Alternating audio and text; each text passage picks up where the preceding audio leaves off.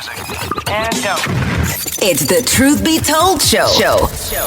If you're not willing to fish deep, then you're going to continue getting shadow consequences, okay? That's that third eye.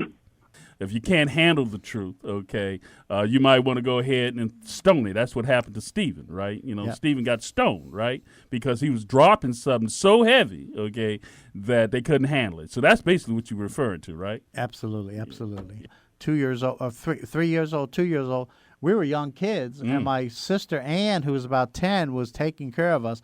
We got reported to the New York State Social Services. They took us out, and we ended up in foster homes. Okay.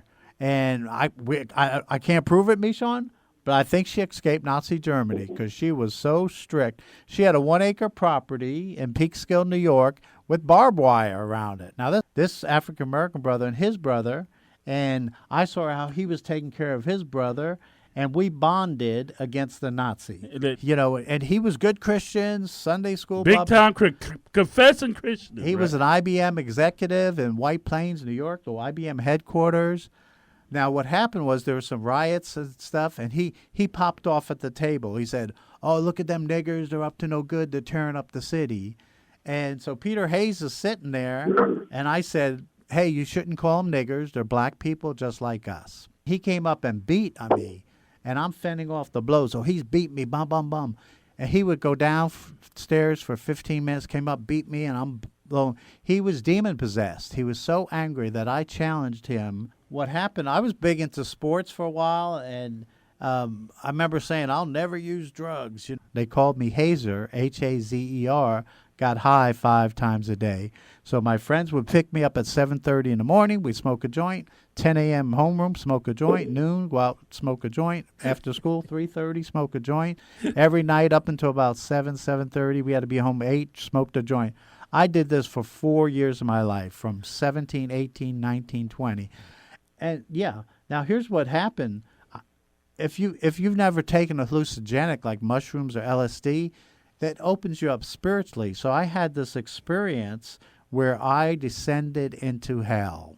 And 3 times they said, "Your soul belongs to us. Give up your soul." And I refused them. I'm fighting this out. Showed me everything I did wrong. Lying, stealing, drugging, blah, blah.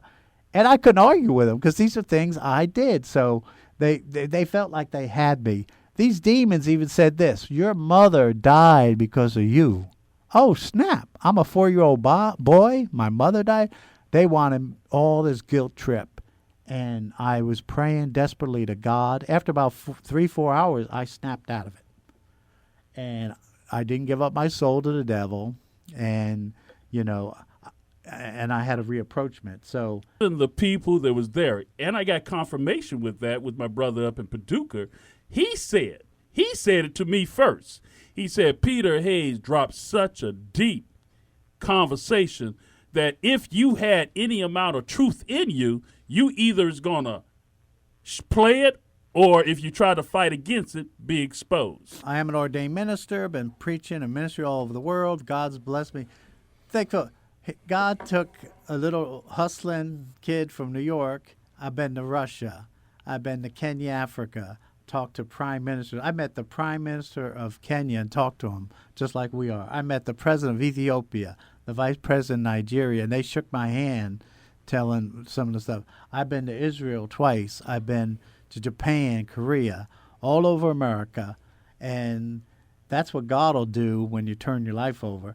I go to job interviews and I'm like, "Nah, I ain't gonna hire no long-haired hippie," So one day the Spirit just woke me up and said, "Peter, you need to go get a haircut." So I went down and was on my way to get a haircut, like Paul,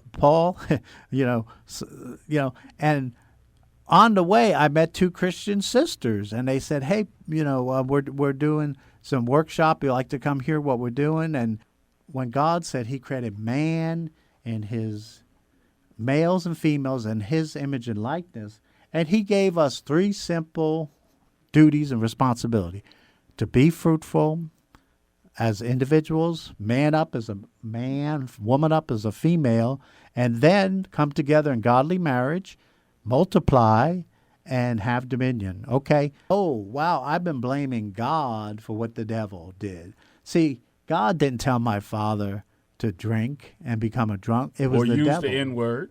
That's right. Well, that was foster parents. Yeah, I'm talking about real but father. I'm used to that. I'm Yeah, using all that. That Yeah. was the devil. And what happened is I went down by the river and I had a prayer and I repented to God in tears. I said, I'm sorry, I've been angry at you. And we reapproached. So that was beautiful. And then I had a vision of Jesus on the cross. And people don't understand it, but I saw Jesus on the cross. And he was in tears, crying.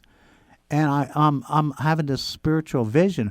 And I asked him, why are you crying? You know, we talk about Jesus' glory. So he said, Peter, the people are doing terrible things in my name. And they don't understand that I came to build the kingdom of heaven on earth. I didn't come to die on the cross. I came to free people on earth, the kingdom of heaven on earth as it is in heaven. And I was like, oh, wow. And I said, I asked Jesus straight up, because I wanted to, that devil was still talking me. The devil was saying, hey, you ought to go back to your drugs and your guitar. And I said, Jesus, I'm going to ask you straight up. Is this where you want me to be? You want me to build? And Jesus said, yes, I want you to dedicate your life to building the kingdom of heaven on earth. Now, I'm 19 and a half, a little bit shy of 20. And so that's where I went from Peter Hayes to Hazer to Better Days with Peter Hayes. And I've been doing ministry and business and all over the world for 40 years. And I'm a kingdom builder. I tell people I am a global tribal Messiah. You took me to Washington, D.C. To meet Reverend Moon. And I met Reverend Moon. And I sat in a Reverend Moon teaching, okay? And he, too, shared stuff with me that I had never heard before. Yep. I didn't get it from different people. I got it straight from Reverend Moon, which makes my life, I believe that I am also a Messiah, okay? Because from that day on, I started walking with a tremendous difference in my belief and authority that comes from, not from religion, but from my relationship with my Creator.